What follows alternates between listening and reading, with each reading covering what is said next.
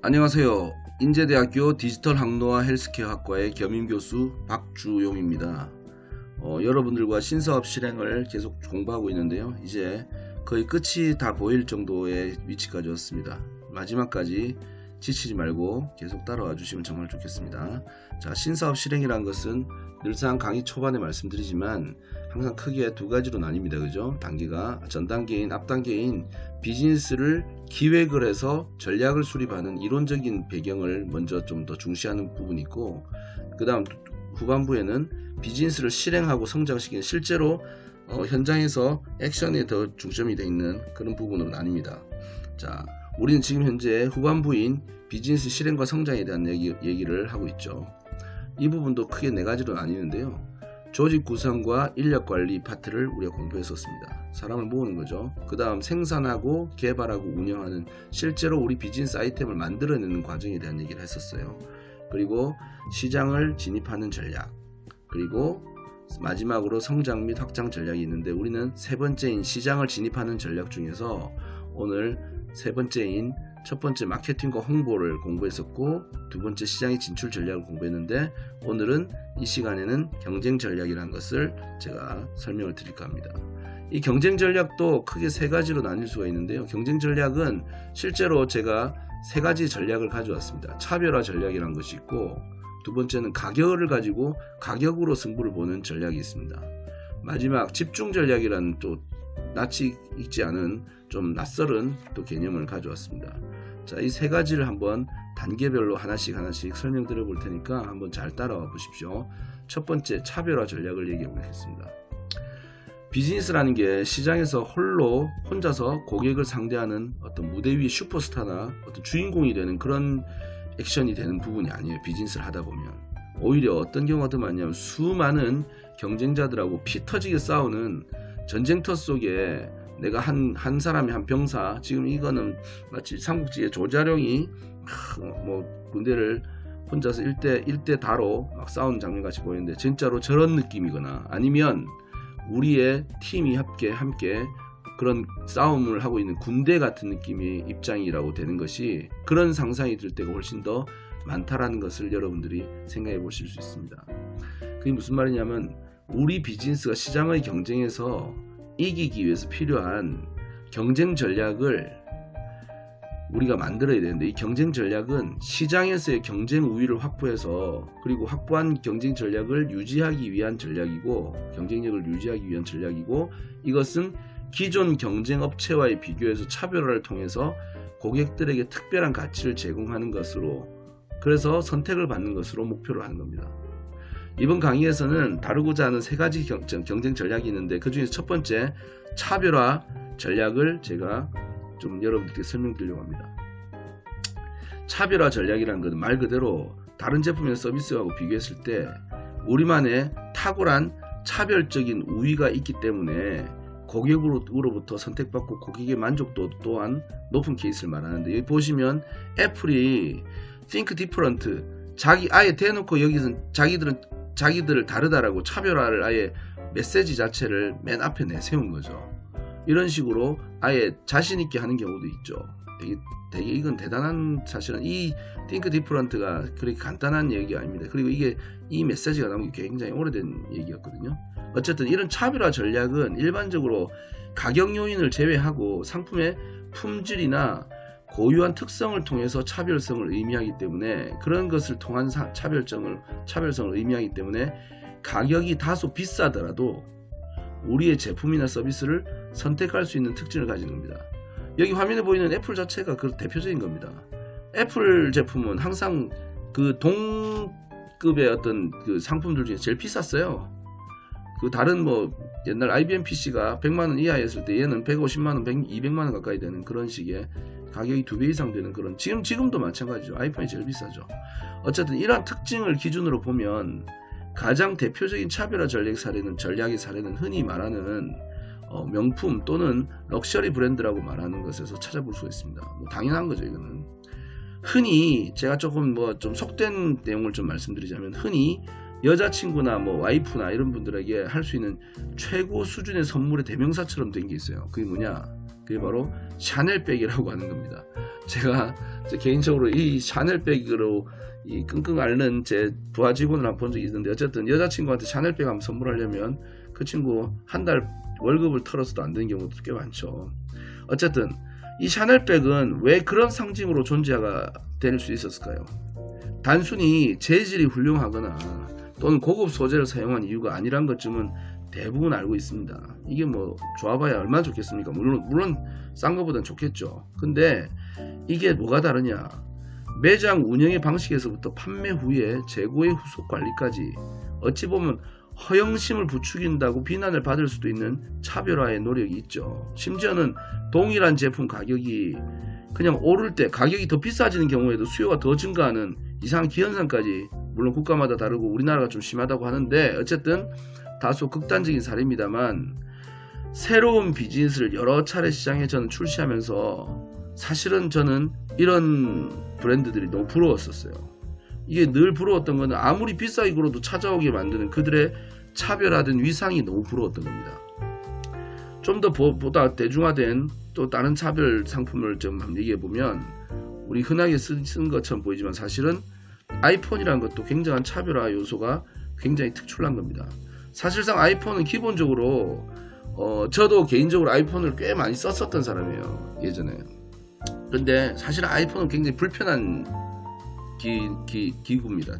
디바이스입니다. 사실은. 왜냐하면 폐쇄형의 독점 방식 운영체제를 사용하기 때문에 안드로이드 폰에 비하면 굉장히 폐쇄적이고 보편성이나 이 호환이 안 되거든요. 특히 저같이 이 모바일 기반으로 소프트웨어 사업을 하는 사람은 굉장히 불편합니다. 어떤 면에 비하면. 그래서 결정적인 불편함이 있을 수밖에 없는데, 물론 스마트폰 초기 시장에서 아이폰만의 우수한 성능하고 컨셉이 차별화의 이유가 있긴 했습니다만, 지금까지도 아이폰만을 사용하는 고객들이 있죠. 그 고객들은 사실은 아이폰이 어떤 게 좋고 나쁜 게 아니라 아이폰이 그냥 아이폰이기 때문에 선택하는 스스로의 차별화 전략을 이게 완성되게 만드는 겁니다. 새로운 비즈니스로 시장에 진출할 때 필요한 차별화 전략은 하루아침에 완성될 수는 없습니다. 그렇지만 남들이 흉내낼 수 없는 장점이 단 한 가지라도 있다면, 이런 리스트가 채워질 수 있다면 그것을 최대한 부각시키고 발전시키면서 고객들과 지속적인 커뮤니케이션을 통해서 이런 차별성을 완성시켜 나갈 수가 있습니다. 이때 고객과의 커뮤니케이션은 무조건 친절하다고 성공하는 것이 절대 아니란 것도 반드시 고민해 봐야 될 문제입니다. 자, 두 번째, 가격 전략에 대해서 한번 얘기해 볼까요? 경제학이 포함될 만한 수준인지까지도 잘 모르겠긴 한데, 초등학교 때나 중학교 때쯤에서 배운 이론 중에 수요의 법칙이라는 것이 있었던 것 같습니다. 수요의 법칙, 수요 공급의 법칙이라고도 하는데 일단 수요에만 맞춰서 얘기해 보겠습니다. 가격이 내려가면은 수요가 증가하고, 이 그래프 보시면 됩니다. 가격이 내려가면 수요의 수량이 증가하고, 가격이 올라가면 수요가 줄어든다는, 생각해보면 비싸면 잘 안 사고 싸면 잘 산다 뭐 이런 개념이니까 너무 상식적인 개념이긴 한데, 새로운 비즈니스를 실행하는 단계에서 이 당연한 이 이론을 고민하게 되는 일이 제법 많이 있고 자주 있습니다. 우리 비즈니스의 제품이나 서비스의 가격을 결정하는 것은 너무나 중요하기 때문에 많은 변수들을 접목한 방정식을 푸는 것하고 유사한 고민을 하게 됩니다. 이때 가장 기본적인 원리는 앞서 얘기했던 낮은 가격을 통해서 경쟁 우위를 노리는 것에서부터 모든 것이 시작됩니다. 사실은 이 기본기죠, 기본. 실제로 제가 총책임자로 있었던 온라인 게임 출시를 제가 앞두고, 여기 보시면 로안이라는 게임이 있었어요. 실제로 지금도 있는데, 이 게임을 제가 PM을 할 때 월 이용료를 결정할 때, 그 당시만 해도 아이템 세일즈라는 개념이 없었을 때여가지고 잘 적용 안 될 때가지고 월 이용료를 결정을 한 달 정액제를 정해야 되는데, 결정한 단계에서 당시에 이미 시장을 선점하고 있던 리니지가 있었습니다. 이 리니지가 초창기에 3만원대였거든요. 제 기억에 3만원대 가격에 대한 차별성을 두기 위해서 저희는 일부러 전략적으로 29,700원이라는 3만원이 좀 안되는 금액으로 전략적인 가격을 결정한 적이 있었습니다. 운이 좋았는지 어땠는지 모르겠지만, 여러가지 게임 자체의 요소도 있겠지만 다양한 요소들 중에서 이런 가격 전략에서도 이유가 있어가지고 당시에 유사한 경쟁 컨텐츠들 사이에서 우리 게임이 굉장히 성적이 많이 좋았던 기억이 있습니다. 가격을 마냥 내리는 것이 늘 옳은 선택은 아니고 그렇게 하는 것이 항상 가능하지도 않습니다. 그리고 지속적으로 저렴한 가격의 선택이 불가능한 가장 큰 이유는 원가 대비 판매 가격의 하락으로 마진율이 낮아지면 매출이 지속되더라도 사업의 성과가 부실할 수 있다는 위험성 때문입니다.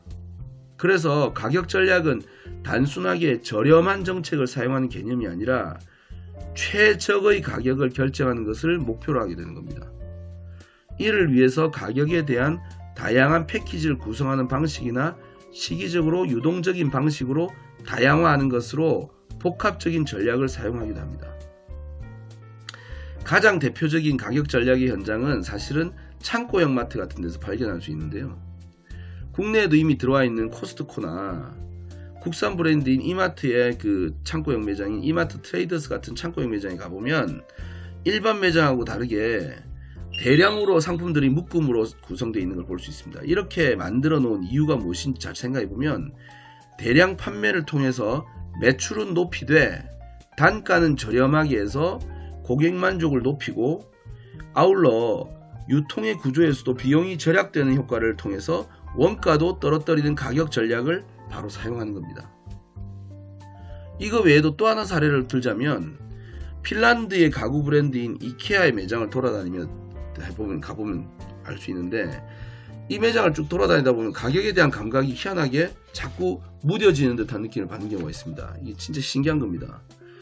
가격 전략을 성공적으로 활용한 기업 중에 하나인 이케아는 저렴한 가격에 기능적이고 심플한 유럽식 디자인의 가구를 제공하는 것으로 유명한데 모듈식 가구하고 소비자가 직접 조립할 수 있는 DIY 가구를 공급하면서 생산 비용도 낮추고 물류에 효율적으로 대응해서 가격 경쟁력을 확보한 겁니다. 사실은 이케아에서도 비싸려면 엄청 비싼 물건들도 꽤 있는데 희한하게 매장 안에 가격 정책을 아주 전략적으로 해가지고 이케아에서 돈을 쓰는데 부담이 확 떨어지게 이상하게 만들어 놓은 그런 방법들이 많습니다. 어쨌든 이로 인해서 국제적으로 인기 있는 가구 브랜드로 성장했고 한국에서도 비교적 성공한 비교적이 아니라 굉장히 성공했죠. 사실은 여러분들 아시는지 모르겠는데 이케아가 한국에 들어오고 나서 이케아가 처음 들어올 때는 한국에서 가구 산업이 다 망가질 줄 알았어요. 근데 희한하게도 이케아가 한국 진출한 이후에 한국에서 가구 산업이 훨씬 더 크게 발전했습니다. 이게 무슨 말이냐면 이케아는 요 여담입니다. 다른 내용이 좀 섞이는 거긴 한데 이케아는 바로 한국에서 매기 효과라는 거를 이룩한 굉장한 브랜드라는 것을 알고 계시면 참 좋을 것 같습니다. 어쨌든 성공한 해외 브랜드로 자리 잡게 된 거죠. 가성비란 말이 한국에만 있는지 모르겠습니다만 가성비와 함께 유행한 또 가심비란 말도 있었어요. 둘 다 굉장히 중요한 말이죠. 비즈니스 하는 입장에서 보면 소비자의 마음인데 이 말을 다 이해하면 가격 전략을 단순하게 싸게 팔겠다는 작전이 아니라 고객 마음에 만족도를 함께 제공할 수 있는 작전이 반드시 필요하다는 것을 여러분들이 이해하실 필요가 있습니다. 자, 마지막 집중 전략. 이건 좀 사람들이 잘 모르는 부분이라서 제가 좀 자세하게 설명을 좀 드리겠습니다. 좋은 샘플이 있어서 말씀드릴게요. 혹시 여러분 마마이트라는 이름의 잼을 아십니까? 정확하게는 잼이라기보단 빵 같은 데 발라먹는 이런 스프레드라고 하죠. 그런 거의 한 종류라고 할 수 있는데 이게 1900년대 초에 영국에서 처음 생산돼 가지고 상품으로 출시됐는데 이게 뭐냐면 양조 과정이 술 만든 거 있죠. 양조 과정에서 얻은 이스트 추출물을 분해하고 농축해 가지고 만든 그런 건데 이 그렇게 만든 이유 때문에 그 맛하고 향이 워낙 강하답니다. 그래서 영국인들 사이에서도 극명하게 호불호가 막 나뉩니다. 이게 이 화면에서 보시면 왼쪽 분은 맛있어하는데 오른쪽은 죽으려고 그러죠. 그런 식품은 유명한 건데 이 마마이트를 좋아하는 사람들은 독특한 그 맛과 향이 존재하는 것에 감사하는 마음까지 가지고 있는 반면에 싫어하는 사람은 그 맛을 도저히 이해할 수 없다라는 반응을 가지고 있다고 합니다.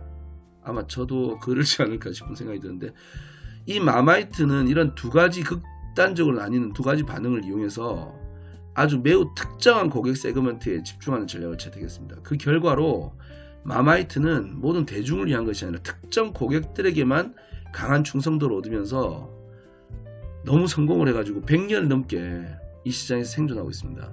영국 사람들은 다 알고 있죠, 이걸.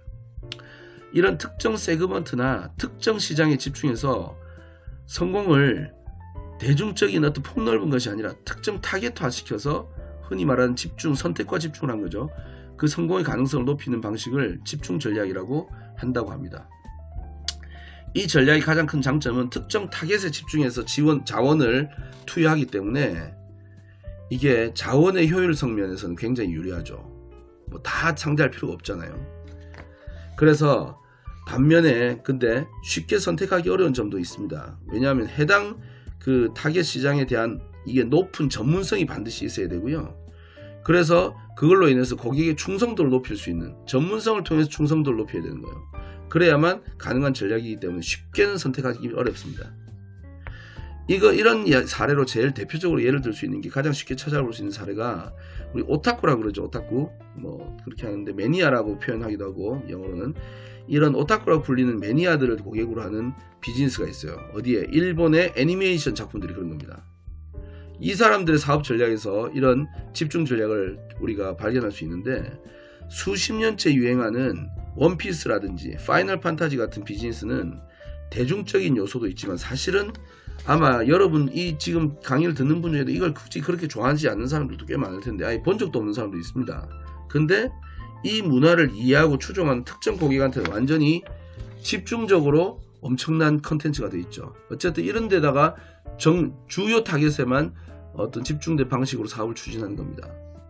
제가 개인적으로 친한 후배 한 놈이 프라모델 샵을 이제 일본에서 건담 샵이라죠. 일본 프라모델 샵을 저기 서울에다가 오픈했다고 해서 제가 놀러 간 적이 있었어요. 우리 애를 데리고 간 적이 있었는데 제가 너무 신기한 걸 봤습니다. 30대 남성 2명이 와가지고 일본에서 수입한 종이 이렇게 우리가 어릴 때 뽑기 놀이나 해봤지 안 해보잖아요. 그런 수입한 뽑기 놀이가 있는데 이게 한 번 하는데 몇만 원씩 하는 건데 이걸 가지고 100만 원을 그 자리에서 쓰더라고요. 제가 그걸 보면서 옆에서 깜짝 놀래가지고 이해가 도저히 안 돼가지고 그 후배한테 물어봤더니 이 샵 사장인 후배 녀석이 하는 소리가 이런 친구들이 꾸준하게 와서 저만큼씩 돈을 쓰는 모습은 너무 흔하게 보인다. 이 사람 절대 특별한 사람 아니라는 거예요. 이 친구 하는 말이. 정말 놀랍지 않습니까? 이 지금 강의를 들으시는 분도 본인이 그런 분이 있으신지 모르겠는데 저는 사실 좀 쇼크 받았습니다. 그때. 그런 분이 있을 거라고 생각했지만 너무 제가 볼 때는 그분들 아마 몇 달 용돈 모은 걸 수도 있는 것 같기도 하고 그렇습니다. 어쨌든 이런 특별한 세그먼트에 집중하는 전략을 사용한 비즈니스 중에서 상당히 유명한 브랜드가 생각보다 많습니다. 할리 데이비슨이라든지 롤스로이스, 롤렉스 같은 고가 상품의 비즈니스도 사실은 잘 따져보면 존재할 수 있는 이유가 바로 이들이 수행하고 있는 집중 전략 덕분이라는 걸 아시면 됩니다. 이 비싼 물건들을 정말로 일반 대중은 엄두도 안 내지만 정말 이거 없으면 못 산다라는 식으로 달려드는 매니악한 그들의 고객들을 향해서 집중 전략을 잘 펼친 덕분에 지금까지도 유명 브랜드로 잘 서바이벌 하고 있는 거죠.